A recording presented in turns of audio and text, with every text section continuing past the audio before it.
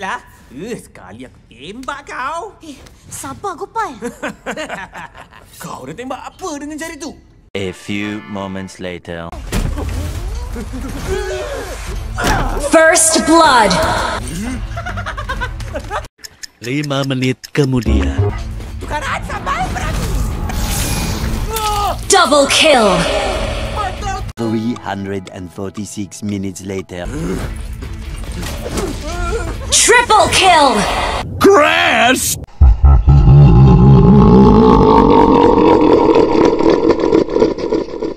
Congratulations untuk Ali Rafat 15 dan Amazing MC yang menduduki posisi komentator tercepat.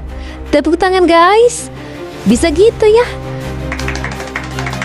Dan untuk top komennya kita ada Restu dengan komentarnya yang menarik perhatian Nit. Itu karena asumsinya masuk akal juga sih.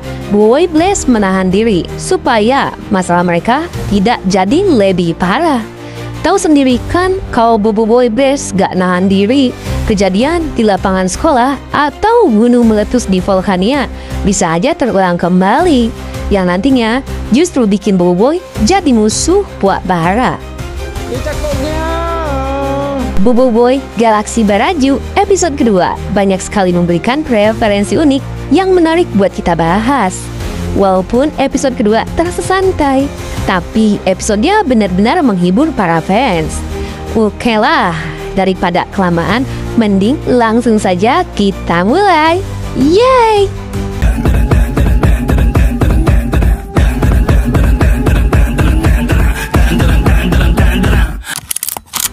Dua, ada kekuatan besar di balik humor yang lucu.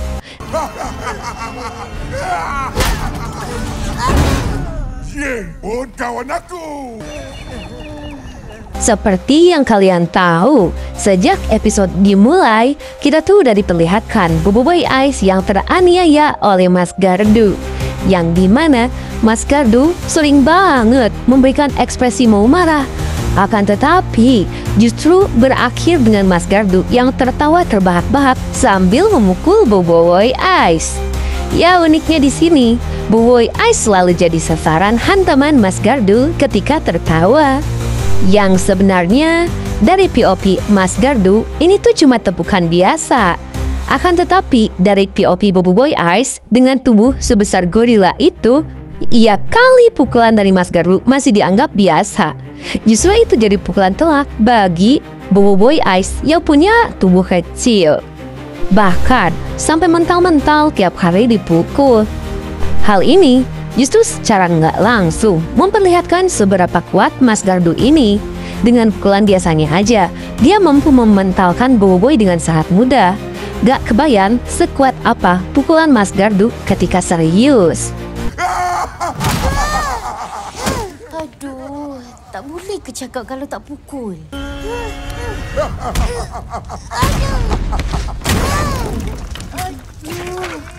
Tiga, referensi ahli terapis Puak Bara.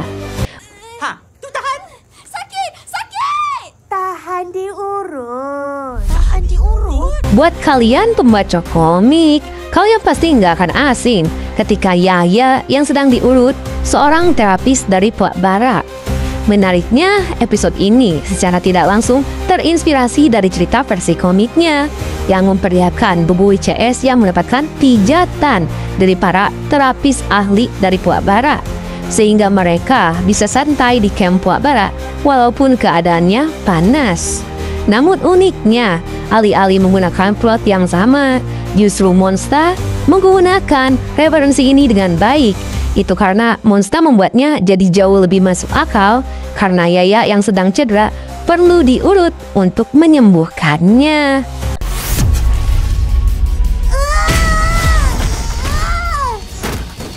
4. Desain karakter ras batu yang unik.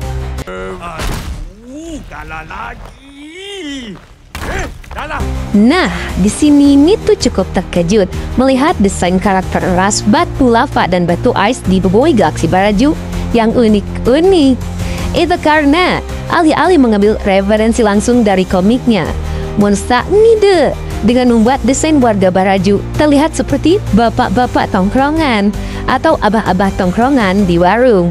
Dan uniknya, desainnya benar-benar bisa ditangkap dengan mudah oleh para penonton.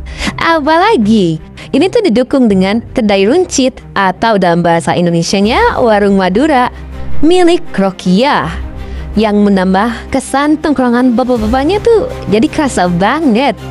Namun alih-alih menggunakan catur sebagai permainan khas bapak-bapak, Monsta justru membuat para aki-aki bau tanah ini, "Lah, Nip, jangan ngomong kayak gitu, nggak sopan." "Lah, emang beneran bau tanah kok, kan mereka batu." Monsta justru membuat para aki-aki bau tanah ini bermain dam haji. Kenapa harus dam haji? Itu karena permainan ini menjadi referensi salah satu episode Buoy musim pertama yang memperlihatkan pertarungan Papa Zola versus raksasa tidur yang bermain dam haji di dunia mimpi. Makan! Makan!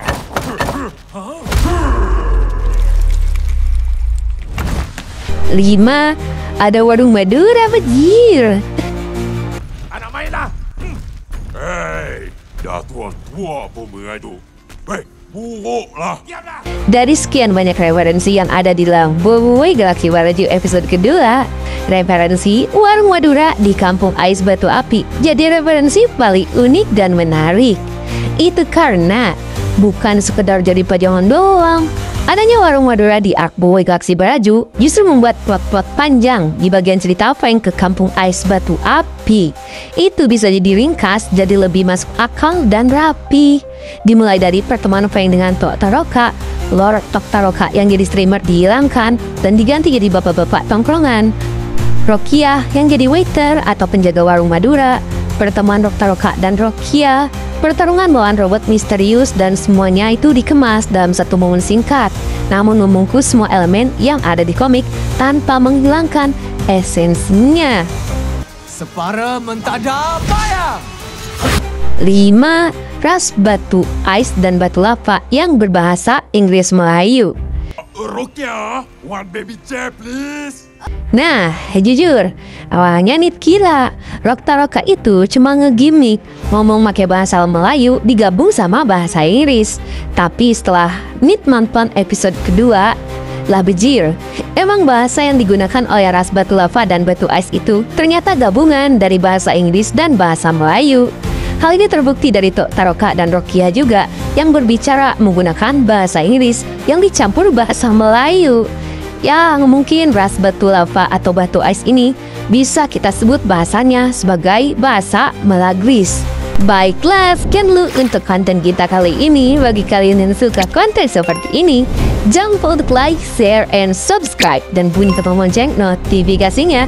Akhir kata dari Nit, sayonara, arigatou gozaimashita, mata nih, bye! Frekuensi yang sama. Kita jadi tak sudahi ragamu mendayu suara dirimu. Yes! Jadikan hanya aku satu